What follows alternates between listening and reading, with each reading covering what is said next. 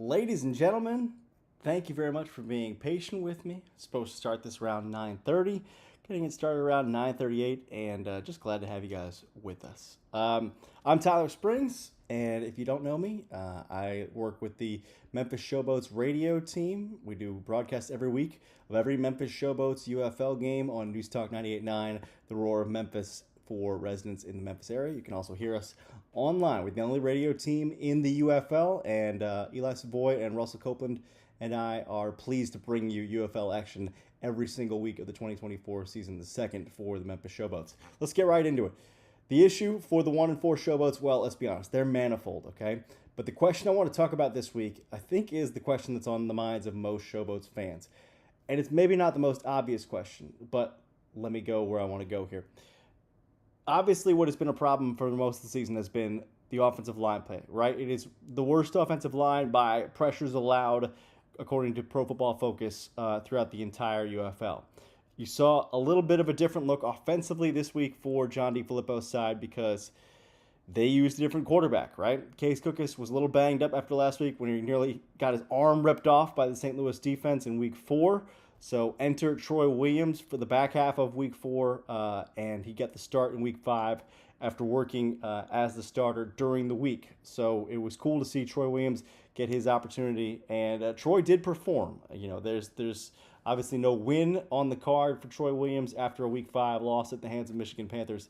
But the question that most Showboats fans should be asking right now is not necessarily, well, how do we find better offensive line play? It is, should Troy Williams be the starting quarterback for the Memphis Showboats? And that's a compelling question because when you look at what the Showboats did to upgrade their quarterback talent in the offseason, obviously, Case Cookus is an improvement on Cole Kelly. No shade to Cole Kelly. Cookus is just better and has more experience under his belt, too. 2 years starting with the Philadelphia Stars, I think, showed that. Now, what you saw for Case Cookus for the first couple of weeks was, though he is athletic, he's not that inclined to run. He's inclined to solve the problem from the pocket.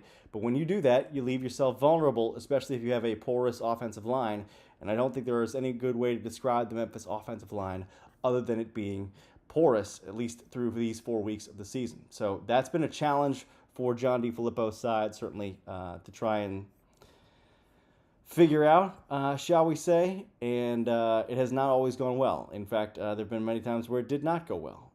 But it has been, just sort of the thing that has hamstrung them. It's kept them from being able to, I think, make more progress as a team and also have more success in the field, right? So Troy gets this game, 19 of 37, did throw for a couple of touchdowns, 3 to be exact.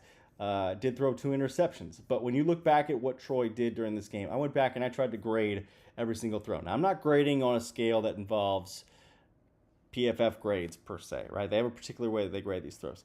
But I looked back at all those throws and I tried to grade them from the standpoint of, is this a good throw that a professional quarterback should make? You know, is it on time? Is it in rhythm? Is it in a place where the receiver can easily catch it? Did he put it up for grabs? Is it one of those balls that like blatantly should be intercepted or knocked down?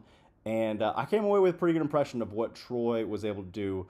Also because there were a few plays that really didn't go into the stats necessarily for the game totals that he showed an ability on where you felt like, I'm not sure I'm seeing that from Case Cookus, right? Like there were a couple of different plays when you look at what Troy did during the week against Michigan. There were some times where I think Case Cookus might have sat in the pocket and taken a sack, maybe would have been able to get the ball out to a check down left or right. But in those instances, yeah, sometimes Troy was sacked, and I think twice it happened kind of on like a shoestring tackle type of play where he just could not get out of the pocket quickly enough against a blitzer. But there were also some times where he would whirl away from pressure and create more opportunities for himself, right? You saw that, I think, on a couple of scrambles for him, but you also saw that on a couple of just general play extensions where he tried to make plays with his legs and go down the field. Honestly, one of the things that I felt like hamstrung Troy the most was his receiving core. And as much as I would like to laud David Davis for having a 100-yard receiving game and a game where he caught 6 balls, for a guy who was targeted as often as he was, there were some plays that I felt like he still left on the table. There was just, in my opinion, there was meat on the bone remaining in David Davis's Sunday afternoon, and that includes a couple of instances where Williams made some dead-eye passes, and at least on 2 occasions, Williams was let down by Davis. Listen, let's go beyond the fumble, right, that David Davis had, where he caught, the little out route and then got it poked out from the defensive back, where it allowed a return all the way down inside the 10-yard line at the other end. And by the way, how about the ground that Troy Williams sucked up on that defensive back, huh? That chase down was fairly impressive. I don't know if you're going to go, DK Metcalf, Buda Baker on that, but for Williams to go step for step with the defensive back all the way down such that he made the tackle that saved them from having a touchdown on that play, you got to give credit to your quarterback where it's due, and that is a hustle play if ever there were one. But in addition to the fumble that David Davis unfortunately let slip, there were a couple of other plays where you felt like Davis had the ball with an opportunity to catch it and did not do so. Now, one of those was maybe, I would say, a borderline perfect ball thrown down the left sideline for Davis at one point where it felt like it just glanced off his fingertips, and maybe, it was like not perfectly within his, catch radius, so to speak, but I think a little more of a stretch for Davis gets him that completion, and that would have helped Troy in a big way. There was also another play late in the game. In fact, I think it was one of the last throws that I graded. Fourth quarter, actually, it was the scramble drill play where 4th and 17, Troy had to sort of maneuver out of the pocket, spun, saw there was pressure coming to him, and then spun even further back to his left. I didn't really have anybody to throw to, but as he was about to hit the sideline to his left, tried to throw as far as he could downfield to Davis, and Davis, it looked like the ball went through his hands and went off his knee, like he was actually in a position to make a diving, sliding catch on a gettable throw from Williams that would have completed 4th and 17 for the Showboats, and Davis didn't make it. There were a couple other times where I felt like, Troy could have made a better throw, but I think the receiver also could have helped him out a little bit. There were a couple of contested catch instances, especially like on the point after touchdown plays, 2 of which went to Jonathan Adams. Both those were, I think they're both Jonathan Adams. Both were incomplete, both, where the defensive back closed on the football effectively. But I think the wide receiver also had a chance where it was 50-50. There were a couple of 50-50 balls in there. There was another one that Sage Surratt, I think, could have caught, but kind of could have broke it up on one particular play. And I think it was on a 3rd down and short. I'm trying to remember what it was, but it was a good play by Nakua. But again, a 50-50 ball where receivers who are in tune with their quarterback got to make that play, right? And I think receivers on a winning team oftentimes make that play, or at least make it in a couple of instances where you're not seeing that from the Showboats. And I recognize it's not all good, right? Troy Williams made some really wretched throws in that game, including the slant that he missed. He threw high and I believe behind the receiver on his first interception. That was ugly, right? That was far from a professional grade throw. And that wasn't the only sort of misfire I would say he had for the entire game. But I think on balance, I liked the mobility that Troy Williams gave you. I think that there were certainly moments when, acknowledging that it's a porous offensive line and there's little fixing that right now. I like that he was able to maneuver a little bit. Early in the game he held the ball a little long, but later in the game I thought he got to it a little bit more. He was more in rhythm. He would sort of take a few steps back, plant, and sort of hit his read in a way where it looked like he was more and more comfortable in that second half. There wasn't quite as much variance. He put that one throw up the seam on Dawood Davis. I mean, right on him before Davis got laid out by the safety, Kedrick Whitehead, and drew a targeting foul, or at least I guess what you would call an unnecessary roughness foul for a helmet-to-helmet hit. And boy, that was a brutal play. But Williams, I mean, that was a dot of a throw. And you see a couple of those, the sideline throw that he made for the 82-yard touchdown. He fit that into the coverage window. That was a great throw. There were a couple of those throws I thought throughout the game where Williams looked as though, hey, I'm comfortable. I know what I'm looking for here, and I'm going to go out and I'm going to get it right now. And gratefully, in a couple of those situations, his receivers made plays on the ball. And I thought him getting Jonathan Adams involved was great. Something, obviously couldn't get done last week against St. Louis.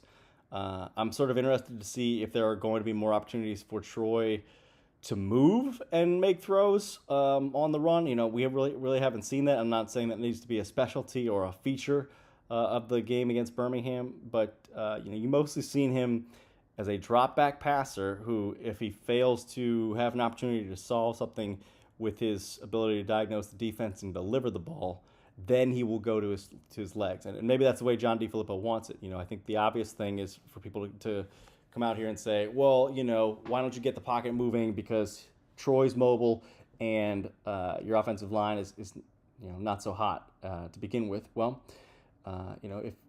if Flip believes in the quarterback's ability to diagnose a play and make the right decision based on that initially, and then if that fails, go to your legs. Okay, that's the perspective that they're going to operate from. I think the question becomes, with Case Cookus, yes, he's athletic and we have seen him run, but can he do that to the degree that Troy did it on Sunday?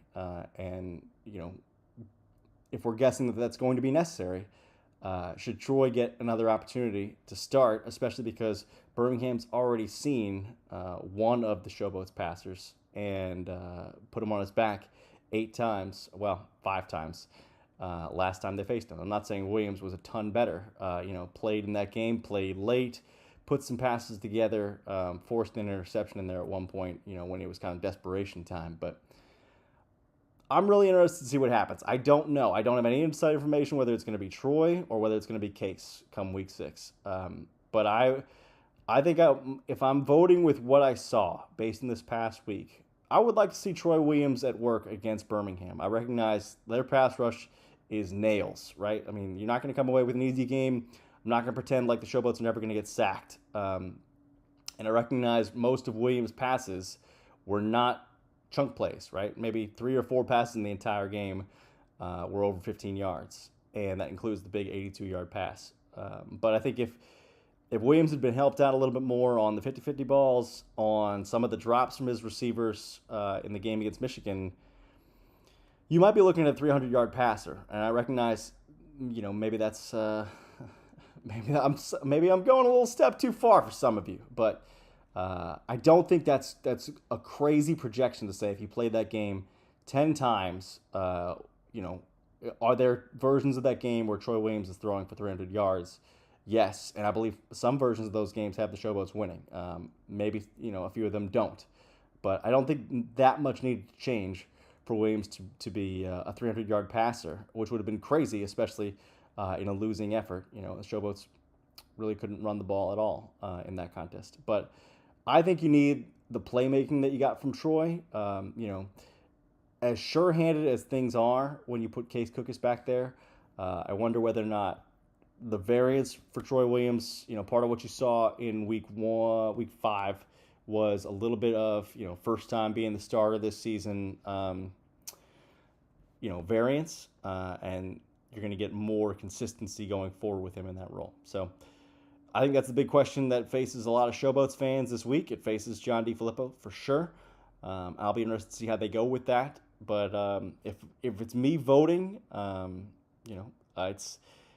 it's maybe a coin flip, but I think I would lean in the direction of saying, hey, give Troy Williams a week. Give him one more week, especially because Birmingham has seen Cookus, and they know what he's what he's good for. And last time maybe Case would say, "Well, I'm improved now too. I know I have a mental clock in my head, and I can better avoid the rushers that they bring because I've seen their defensive line already one time too." Maybe you would say you look at it from that angle, but I'd be interested to see Troy Williams at work against Birmingham. That's what I would say, and I think that if you're the Showboats at this point, you're pulling out all the stops, right? Are you sure that